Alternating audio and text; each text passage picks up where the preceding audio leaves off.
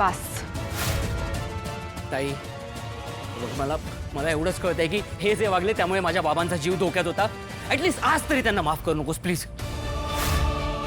हो ताई, कोण कुठली अनाथ मुलगी तिच्यासाठी ही लोक धावत गेले, ही चूक साधी नाहीये।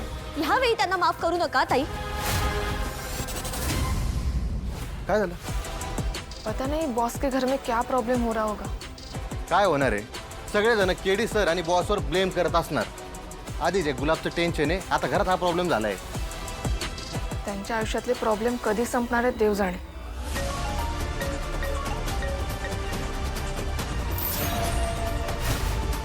काय झालंय? नाही, चूक तर साधी नाहीच आहे।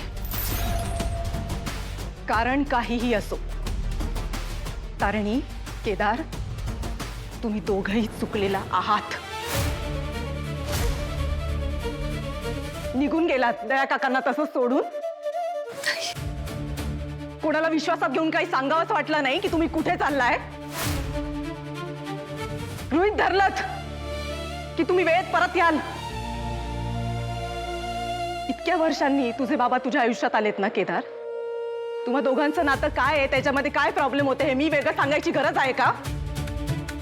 आता कुठे तुमचं नातं छान होत होतं, सुरळीत होत होतं। त्यांची तब्येत बरी नसताना तू त्यांना सोडून गेलास। इंजेक्शन द्यायला उशीर झाला असता तर काय करणार होतात तुम्ही?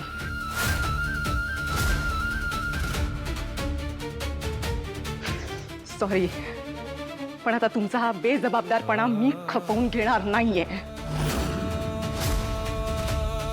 मी तुमच्यावर कित्येक वेळा विश्वास ठेवलाय, पण या वेळेला मी तुमच्यावर विश्वास ठेवणार नाही। माझ्यात ती ताकदच नाहीये आता। त्यामुळे मी एक निर्णय घेतलाय।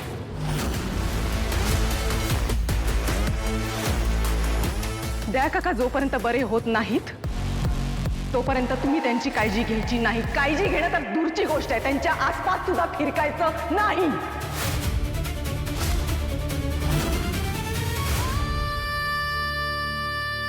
ताई नाही, नो। कौशिकी अगं पण कामत काका प्लीज, त्यांच्याकडनं खूप मोठी चूक झाली आणि त्याची जाणीव त्यांना व्हायलाच हवी।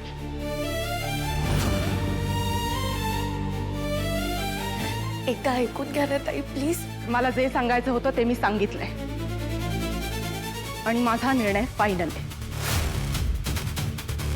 दया काकांची काळजी घेण्यासाठी मी आहे, घरातले सगळे आहेत, पण तुम्ही दोघांनीही दया काकांच्या जवळही जायचं नाही। येस, आम्ही घेऊ काळजी। ओके, कळलं?